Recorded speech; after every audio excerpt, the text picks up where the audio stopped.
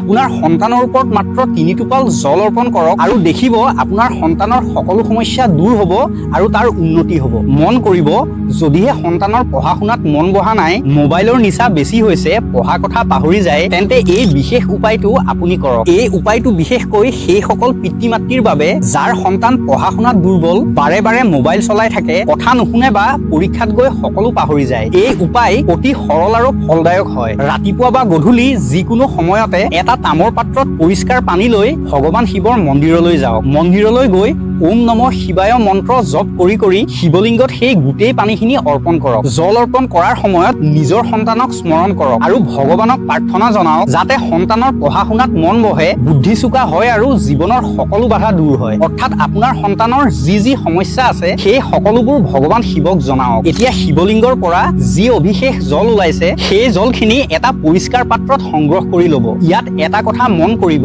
আপুনি মন্দিৰলৈ তামৰ পাত্ৰত জল লৈ যাওঁতে লগতে আৰু এটা খালী পাত্ৰ লৈ যাব। কাৰণ শিৱলিংগত আপুনি জল অৰ্পণ কৰোঁতে যিফালে জলখিনি বৈ আহিছে সেই স্থানত খালীকৈ অনা পাত্ৰটো থৈ দিব, যাতে জলখিনি ধৰি ৰাখিব পাৰে। তাৰ পাছত মহাদেৱৰ ওচৰত বিনম্ৰভাৱে প্ৰাৰ্থনা কৰক যে আপুনি এই জলখিনি আপোনাৰ সন্তানৰ বাবে ঔষধি হিচাপে লৈ গৈছে। ইয়াৰ পাছত সেই পবিত্ৰ জলখিনি 3 টোপাল সন্তানৰ শিৰত ছটিয়াই দিব। মন কৰিব, আপুনি তাৰ গা ধোৱাৰ পানীৰ লগতো এই জল মিহলাই দিব পাৰিব। জলখিনি ছটিওৱাৰ আগতে 11 বাৰ তুমৰুকা দেৱৰ নাম স্মৰণ কৰিব। তুমৰুকা দেৱ হৈছে ভগৱান শিৱৰ এজন মহান তথা অনন্য ভক্ত হয়। সেয়েহে যেতিয়া আমি ভগৱান শিৱৰ নাম জপ কৰোঁ, পূজা কৰোঁ বা তেওঁৰ হৈ যিকোনো কৰ্ম কৰোঁ, তেতিয়া তুমৰুকা দেৱৰ নাম স্মৰণ কৰিলে মহাদেৱ অতি প্ৰসন্ন হয় আৰু আমাৰ কৰ্ম অতি শীঘ্ৰে মহাদেৱে গ্ৰহণ কৰে। তুমৰুকা দেৱৰ মুখখন ঘোঁৰাৰ আকৃতিৰ আৰু শৰীৰটো মানৱৰূপী হয়। এতিয়া প্ৰাৰ্থনা কৰক, হে তুমৰুকা দেৱ, মোৰ সন্তানক জ্ঞান বুদ্ধি স্মৰণ শক্তি আৰু সৎ বুদ্ধি প্ৰদান কৰক। এনেকৈ আপুনি নিয়মীয়াকৈ